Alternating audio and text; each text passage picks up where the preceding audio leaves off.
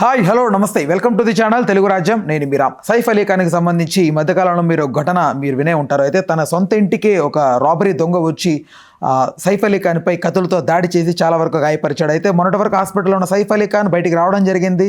సురక్షితంగా ఆయన ఆరోగ్యంగా ఉండడం జరుగుతుంది. అయితే దీనికి సంబంధించి ఒక కీలక అంశం బయటకు వచ్చింది. సైఫ్ అలీ ఖాన్ తన సొంత భార్య అయిన కరీనా కపూరే హత్యాయత్నం చేయించింది, ఆ ప్రయత్నం అంతా కూడా ఈమెదే అని ప్రముఖులు కూడా మాట్లాడుకుంటూ వస్తున్నారు. దీనికి సంబంధించి ఒక మంచి వివరణ, పూర్తి విశ్లేషణ దాసరి విజ్ఞాన్ గారికి తెలుసుకుందాం. నమస్తే అన్న. సో ఇలా మాట్లాడడానికి గల కారణం ఏంటి? ఎందుకు అందరూ అమ్మాయి కరీనా కపూర్ మీద పడుతున్నారు? బేసిక్గా ఎవరైనా చాలామంది విశ్వసించే క్యారెక్టర్స్ ఏదైనా చెబితే అవునా అనే అనుకుంటా ఉంటాం. లాస్ట్ టైం ఇదే ఇన్సిడెంట్ కొండా సురేఖ గారు ఏదో చెప్తే జరిగింది. సాక్షాత్ ఒక మంత్రే వచ్చి అంత పెద్ద స్టోరీ అంత అనర్గళంగా గుద్దినట్టు చెబితే అది చాలామంది విన్నారు. ఇప్పుడు కూడా మహారాష్ట్రలో ఒక మంత్రి చెప్పాడు ఇలాగే జరిగింది అని. ఏదో ఆర్టికల్ని బేస్ చేసుకొని అది నమ్మి వాళ్ళు అలా చెప్తారు. ఇంతకీ వీళ్ళని అంతగా నమ్మించిన ఆర్టికల్ ఏంటంటే సైఫ్ అలీ ఖాన్ది కుట్ర కోణం ఉంది, 15,000 కోట్ల ఆస్తులు ఉన్నాయి ఆయనకి, దాన్ని దక్కించుకోవడానికే మొగుడిని చంపేసింది, అందుకే ఆ రోజు ఇంట్లో లేదు కావాలని. తర్వాత ఈవిడ వెర్షన్ కూడా వింత వింతగా ఉంది, కన్విన్సింగ్గా లేదు అని చెప్పేసి చాలామంది అంటున్నారు. అన్నట్టుగా ఆ న్యూస్ ఆర్టికల్ అది అక్కడిదే, మన వాళ్ళు క్రియేట్ చేసింది కాదు, ముంబై నుంచి వచ్చిన ఆర్టికలే. ఇక అసలు విషయంలోకి వెళ్తే హమీదుల్లా అనే ఆయన మన పటౌడీకి లాస్ట్ సుల్తాన్. పటౌడీ సామ్రాజ్యం ఏంటంటే మన నిజాం సామ్రాజ్యం లాగా లాస్ట్ సుల్తాన్ ఆయన 1960లో ఎప్పుడో చనిపోయాడు. కాకపోతే ఆయనకు వారసులు లేరు. తర్వాత కూతుర్లే ఇద్దరు, సాజిదా అబిదా అని ఇద్దరు కూతుర్లు ఉన్నారు. ఈ అబిదా ఏం చేసింది, ఆనందం తట్టుకోలేక పాక్కి వెళ్ళిపోయింది ఆయన్ని పెళ్లి చేసుకొని. సో కంట్రీతో సంబంధం లేదు అక్కకి, నేనే ఉన్నాను వారసురాలని అని చెప్పి 1962లో అప్పుడే ఈవిడ ఈ 15,000 కోట్ల సామ్రాజ్యం మొత్తం నాది, ఈ ఆస్తంత వారసురాలు నేను అని రాయించేసుకుంది. పాపం తందే, వాళ్ళ తండ్రిది. మోడీ ప్రభుత్వం వచ్చిన తర్వాత భారత శత్రువులకు సంబంధించిన ఆస్తి సంరక్షణ బాధ్యత అంతా ప్రభుత్వమే తీసుకుంటుంది అని చెప్పారు ఖచ్చితంగా, రూల్ అని. అంటే ఇప్పుడు ఫర్ ఎగ్జాంపుల్ నిజాంల ఆస్తే కదా ఇదంతా, ప్రభుత్వ కనుసన్నల్లో ఉంటుంది. గోల్కొండకి టికెట్ అంటే ప్రభుత్వం మెయింటెనెన్స్. హైకోర్టు అది నిజాం ప్యాలెస్ అది. నెక్స్ట్ మళ్ళీ సాలార్జంగ్ మ్యూజియం నిజాం వాళ్ళదే. నీ ఉస్మానియా హాస్పిటల్ నిజాం వాళ్ళ ప్యాలెస్లే అవన్నీ. ఏదో రకంగా మ్యూజియంలో హాస్పిటల్స్ వాళ్ళకి ఇంకేదో చేసి పర్యాటక ప్రదేశంలాగా చేసి వాటిని సంరక్షిస్తూ ఉంటుంది ప్రభుత్వం. ఈ పటౌడీ సామ్రాజ్యానికి చెందిన కోటలన్నీ కూడా ఇచ్చేయండి అని చెప్పేసి అన్నాడు. అయితే ఇది శత్రు సంపద ఎలా అవుతుంది అంటే, అవును మరి అక్క చెల్లెలో ఒక అక్క పాకిస్తాన్కి చెందింది కదా అని ఒక ఏదో చెప్పాడు. అసలు ఆమెకు సంబంధమే లేదు, ఆవిడ వేరే కంట్రీకి వెళ్ళిపోయింది. దీనికి మొత్తం పూర్తిగా హక్కుదారు నేనే కాబట్టి ఇది నాదే, ఇప్పుడు మీకు మీ చట్టం దీని మీద వర్తించదు అని ఆవిడ చెప్పడం. ఇది కోర్టులో కొనసాగుతా వచ్చింది. లాస్ట్ కోర్టు ఒక 30 రోజులు గడువు ఇచ్చి మీరు చెప్పాల్సింది ఏదో చెప్పండి అయ్యా అని అడిగింది. చెప్పాలనుకున్నాడు. ఆ గడువు లాస్ట్ శుక్రవారానికి అయిపోయింది. గడువు ఏ రోజు అయితే అయిపోతుంది అనుకుందో ఆ ముందు రోజు జరిగిన ఘటన కత్తిదాడి.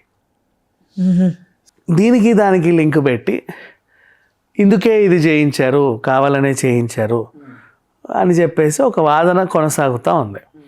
బట్ ఇక్కడ విషయం ఏంటంటే, ఏ సుల్తాన్కి కూతురైన సాజిదా అయితే ఉందో సైఫ్కి నానమ్మ అవుతుంది, నాయనమ్మ. ఆవిడకి వారసులు ఉన్నారు.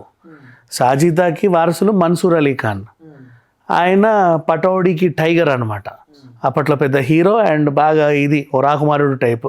ఇప్పుడు చిరంజీవి ఫ్యామిలీలో పవన్ కళ్యాణ్ ఎలా చూసేవాళ్ళు, అప్పుడు మన్సూర్ అలీ ఖాన్ అలా చూసేవాళ్ళు, సింపుల్గా చెప్పాలంటే.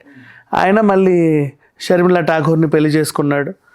ఆ అమ్మాయి కూడా పెద్ద హీరోయిన్ అప్పట్లో. ఇప్పుడు శ్రీదేవి ఎలాగో అప్పుడు ఆవిడ అలాగా. సో వాళ్ళది నడిచింది. వాళ్ళ కొడుకు సైఫ్ అలీ ఖాన్. అండ్ ఇక్కడ విచిత్రమైన విషయం ఏంటంటే, ఆ సాజిదా ఎవరైతే ఉన్నారో ఇప్పటికీ ఇంకా బ్రతికే ఉంది. వయసు ఎంత ఆవిడది? ఆవిడది ఉంటుంది 90 పైచిలకే. 100 ఉంటుందా?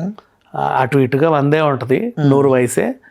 ఇప్పటికీ బతికే ఉంది, ఈ రోజు కూడా బతికే ఉంది. అంటే ఆవిడ అంత ఈ వయసులో కూడా ఒకవేళ చేయించిందనే వాళ్ళ గురించి అనుకుందాం, ఈ వయసులో కూడా అలాగా పాము కదపగలుగుతుందా? ఆవిడ చేయించిందని ఎవరన్నారు? నో నో నో నో ఇప్పుడు అంటే మీ పాయింట్ ఆఫ్ వ్యూ ప్రకారం ఏంటి, ఆవిడ అంటే మీరు అని ఆ అమ్మాయి పేరు ఏంది మీరు చెప్పింది అందాక? సాజిదా, పెద్ద ఆవిడ. అవును, పెద్ద ఆవిడ మనోడే కదా. మనవడు. మరి ఇప్పుడు ఆవిడ ఇంకా బ్రతికే ఉంది. కరీనా కపూర్కి ఏం సంబంధం మరి? అదే అంటున్నారు నేను చెప్పేది అది. కరీనా కపూర్ చేయించిందని అనే వాళ్ళందరికీ చెప్పే సమాధానం ఏంటంటే సాజిదా ఇంకా బతికే ఉంది కాబట్టి ఆవిడకి నచ్చితే ఎవరికైనా రాయించుకోవచ్చు ఆస్తి. నువ్వు సైఫ్ను చంపితేనే నీకు రావా 15,000 కోట్లు. సైఫ్ హత్యకి సంబంధమే లేదు అసలు. డబ్బు కోసం చేయాలనుకుంటే చనిపోవాల్సింది ఆ పెద్ద ఆవిడ కదా. ఎగ్జాక్ట్లీ. మరి నాకు ఇప్పుడు క్లారిటీ వచ్చింది యాక్చువల్లీ. అయితే సో సైఫ్ మీద కత్తి దాడి జరిగితే ఏం జరిగిందంటే ఇప్పుడు నువ్వు చెప్పిన స్టోరీకి వీళ్ళు బలంగా మాట్లాడారు. సైఫ్ మీద ఏదన్నా ఉంటే పెద్ద ఆవిడ స్పృహ తప్పి పడిపోద్ది, చచ్చిపోద్ది. అదే జరిగింది. ఓ మై గాడ్ అని చెప్పి సొమసిలు పడింది, ఆవిడని హాస్పిటల్లో చేర్చారు. ఇప్పుడు ఆవిడ హాస్పిటల్లో ఉంది.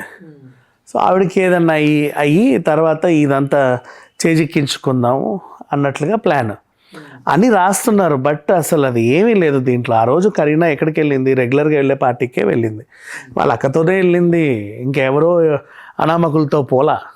వాళ్ళ ఫ్యామిలీ ఫంక్షన్ లాంటి పార్టీయే అది, సింపుల్గా చెప్పాలి అంటే. సో అపోహలు ఇలాంటివన్నీ నమ్మొద్దు. మళ్ళీ ఆ మంత్రి ఎవడో ఏమంటాడు అంటే అసలు ఇదంతా ప్లాను కరీనాది. సైఫుల్ కూడా ప్లానే. పెళ్ళాం మొగుడు ఇద్దరు కలిసి నాటకాలు ఆడుతున్నారు పెద్ద ఆవిడని చంపడానికి. వీడి మీద దాడి జరిగింది అనగానే పెద్ద ఆవిడ ఇట్లా చనిపోతుంది అందుకని చెప్పేసి. లేదంటే అన్ని కత్తిపోట్లు ఉంటే అలా లింగ్ అనుకుంటూ వెంటనే వస్తాడా? అట్టెట్ట కుదురుతుంది? మెడకో తొడకో పట్టో గిట్టో ఉండి ఇట్లా కదా రావాలి అని ఆయన వెర్షన్. ఒక రకంగా అది ఎక్కడో కొంచెం కరెక్ట్గా చెప్తున్నట్లు అనిపించింది ఒక సెకండ్. అది ఆ సింక్ ఆయన చెప్పింది. ఆయన అట్లా మరి అలా అనిపించింది కాబట్టిగా వార్త ఇంత వేగంగా వైరల్ అయింది. ఆయనకెందుకు ఇంత పెద్ద బ్లేడ్ బయటకు వచ్చింది. మరి మామూలుగా అయితే పొడిచినోడు ఎవడో బంగ్లాదేశోడు ఎక్కడ వాడిని బట్టుకెళ్ళి జైల్లో పెడితే దేశం కాని దేశంలో ఏమైపోతానా అని ఆ భయానికి గట్టిగా పొడి చేసి తప్పించుకుందాం అనుకొని జరిగిన ఘటనే ఇది. ఎవరిని హత్య చేయడానికి అనుకోదా. కోయిన్సిడెన్స్గా అనుకోకుండా అదే టైంకి కోర్టులో 15,000 కోట్లు ఉండడం, గడువు ఉండడం, ఆ టైంకే ఇది జరగడంతో మిగతా వాళ్ళందరికీ ఏదో ఆజ్యం పోసినట్టు అయింది, అంతే. అంతమించి ఏం లేదు దీంట్లో. రైట్, ఓకే అన్న, thanks for the time, thanks for information. Please do subscribe to Telugu Rajyam channel. Please do subscribe to Telugu Rajyam channel. Please do subscribe to Telugu Rajyam channel. Hi అండి, నేను మీ ఆర్పీని, నెల్లూరు పెద్దారెడ్డి చేపల పులుసు ఓనర్ని. మీరు తెలుగు రాజ్యం అనే ఈ యూట్యూబ్ ఛానల్ సబ్స్క్రైబ్ చేసుకుని మంచి మంచి వీడియోలతో వస్తారు. Thank you so much. Hi people, I'm Sonakshi Verma and you please watch Telugu Rajyam and please subscribe to the channel.